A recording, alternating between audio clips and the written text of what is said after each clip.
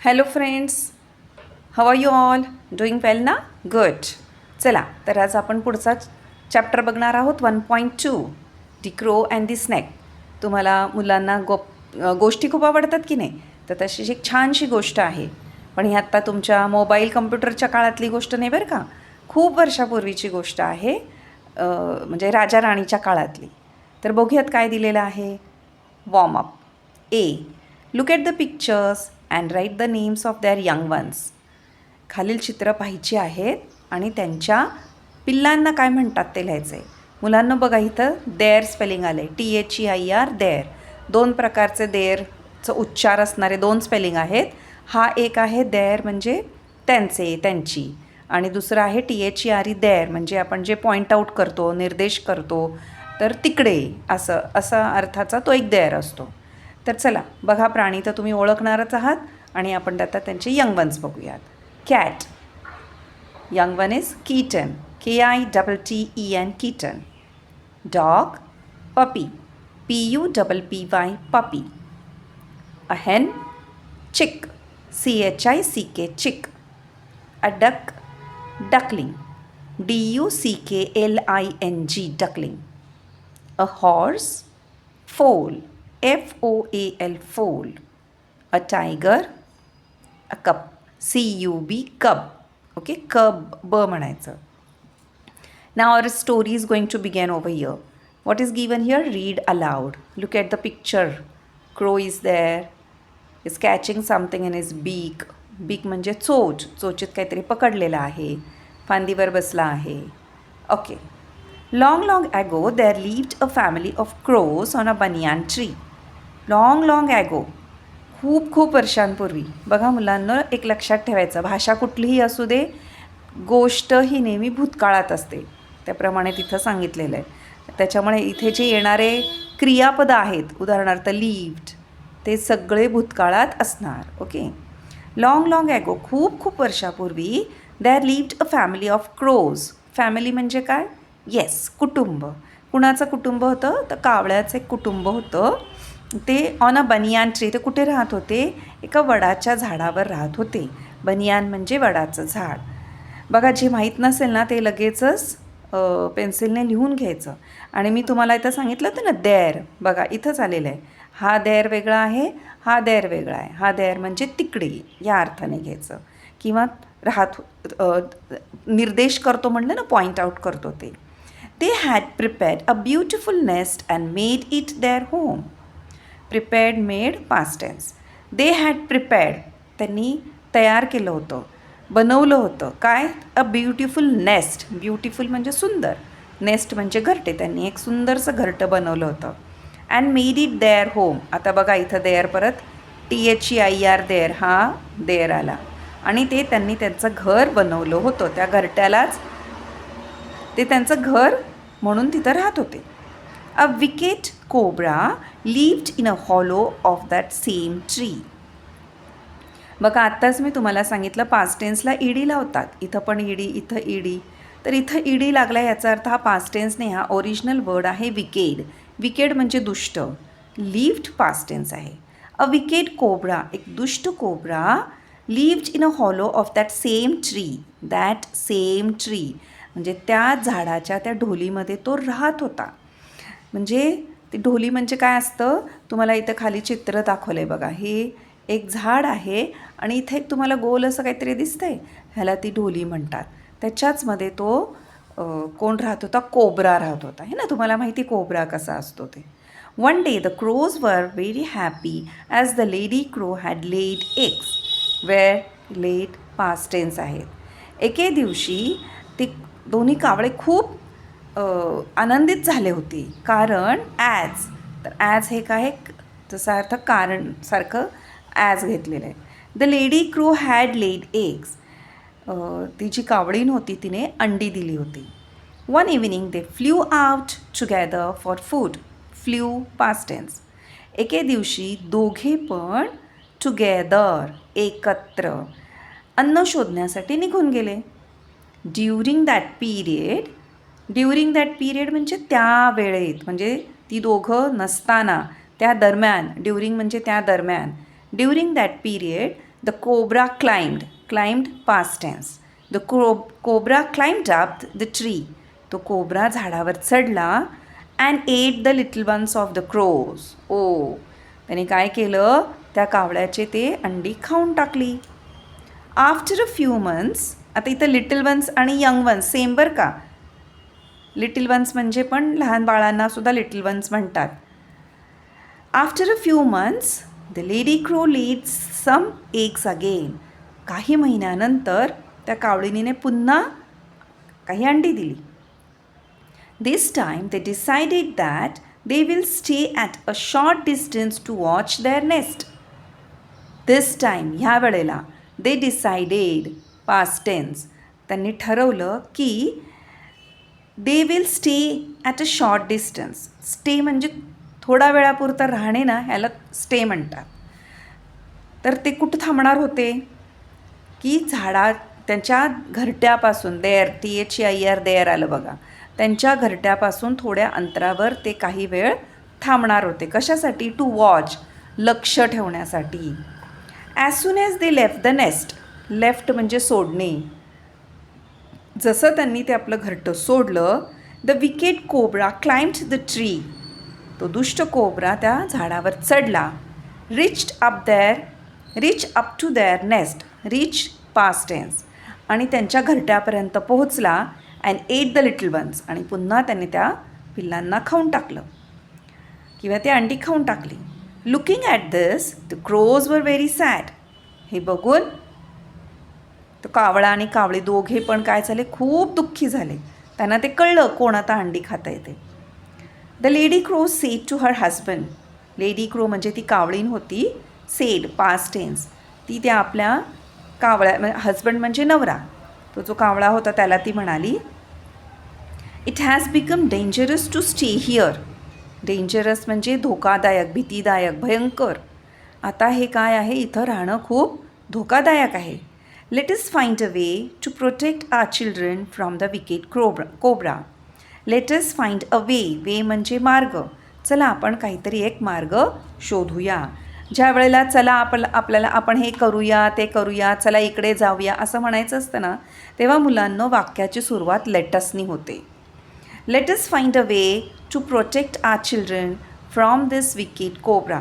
चला ह्या दुष्ट कोब्र्यापासून वाचवण्यासाठी, आपल्या बाळांना वाचवण्यासाठी आपण एक काहीतरी मार्ग शोधला पाहिजे. प्रोटेक्ट म्हणजे रक्षण करणे. The crow replied, past tense आहे. The crow replied, I will soon think of something and promise you that we won't lose our babies anymore. The crow replied, कावळाने उत्तर दिले, I will soon, मी लवकरच, SOON soon म्हणजे लवकरच, मी लवकरच think, विचार करणे, मी लवकरच काहीतरी विचार करतो. and promise you, promise म्हणजे काय? येस, तुम्हाला माहिती आहे, प्रॉमिस म्हणजे वचन देणे. आणि मी वचन देतो की आपण पुन्हा आता आपली पिल्लांना हरवणार नाही किंवा गमवणार नाही. The next day the clever crow made a plan. दुसऱ्या दिवशी त्या चतुर कावळ्याने एक योजना आखली. He flew to a nearby lake to steal a precious bracelet. He flew उडून गेला, पास्ट टेन्स. तो तिथे एक जवळ तलाव होता, तिथे तो गेला. कशासाठी? To steal a precious bracelet. Steal म्हणजे चोरणे. एक प्रिशियसचा आता हे हायलायटेड आहे, तर हायलायटेड वर्डचा आपल्याला अर्थ दिसणार आहे मागे. प्रिशियस म्हणजे खूप मौल्यवान वस्तू. तर कुठली वस्तू होती? ब्रेसलेट. मौल्यवान ब्रेसलेट चोरण्यासाठी तो गेला. He knew that every morning the queen came to the lake with her royal servants to bath. Knew, past tense आहे. He knew that, त्याला माहीत होतं की every morning, प्रत्येक सकाळी, the queen came to the lake. Came, past tense आहे.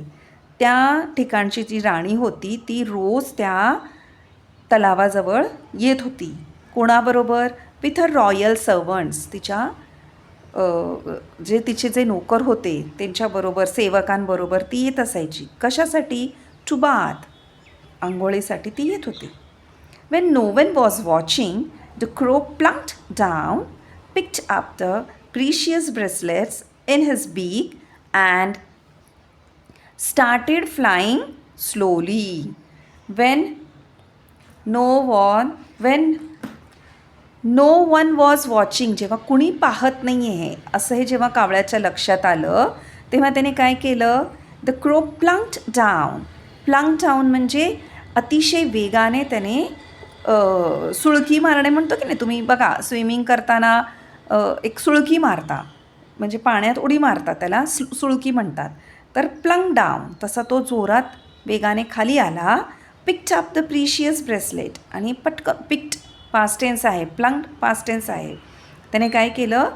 Precious the valuable bracelet त्याने पटकन उचललं आपल्या चोचीमध्ये. And started flying slowly. Started past tense आहे आणि उडून जायला सुरुवात केली. One of the servants noticed it and screamed loudly. Noticed, screamed past tense आहे. One of the servants notice, त्या सेवकांपैकी एका सेवकाच्या हे लक्षात आलं. अँड स्क्रीम्ड लाऊडली, आणि त्याने तो जोरात किंचाळला. स्क्रीम्ड म्हणजे किंचाळणे. कोण किंचाळला? तो नोकर, ज्याला हे लक्षात आलं. The crow flew swiftly. Flew past tense आहे. तो कावळा शांतपणे उडतच होता. And drop the bracelet into the hollow of a banyan tree. Dropped past tense आहे. आणि त्याने ते ब्रेसलेट जे होतं ते त्या जिथं त्याने झाडावर त्यांचं घरटं होतं ना, तिथं ही ढोल होती, त्याच्यामध्ये त्याने त्याला हॉलो म्हणतात, त्या हॉलोमध्ये त्याने ते टाकलं. काय टाकलं? येस, ते bracelet. The cobra was sleeping inside. तो जो कोब्रा होता तिथंच होता. तो शांतपणे झोपला होता मस्त. And was not aware of this, आणि त्याला हे काहीच माहीत नव्हतं. द गार्ड्स, एकच मिनिट हां. The guards saw that. Saw past tense आहे. काय पाहिलं गार्डनी?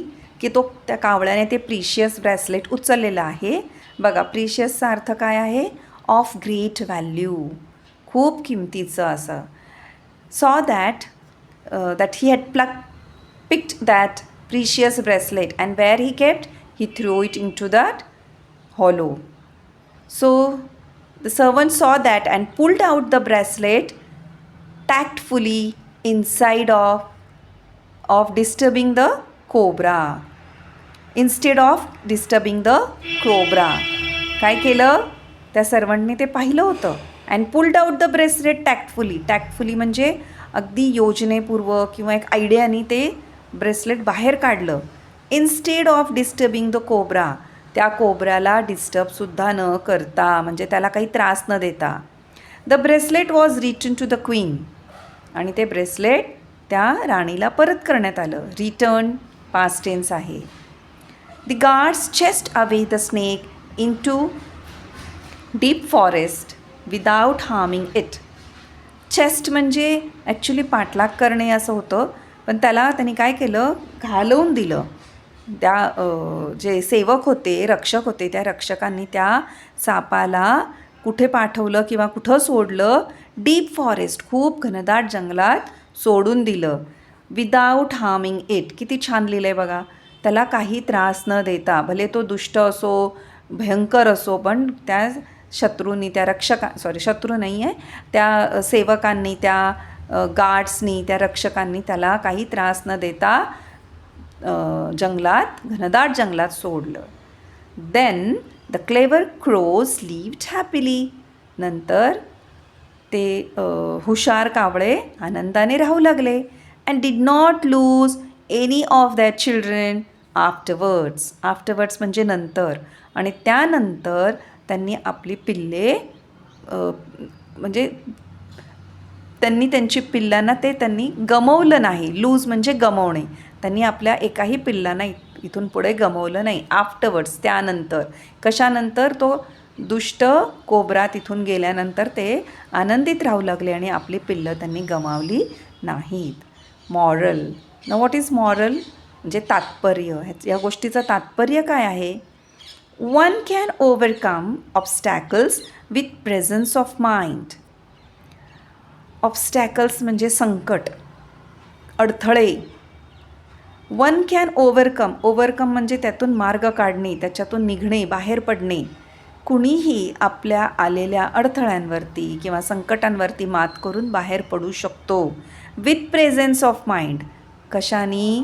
तर तेव्हा आपली कल्पनाशक्ती लढवायची असते. शक्तीपेक्षा युक्ती श्रेष्ठ म्हणतात ना, ते हे. तर इथं त्यावेळेला युक्तीने काम करायचं असतं. One can overcome obstacles with presence of mind.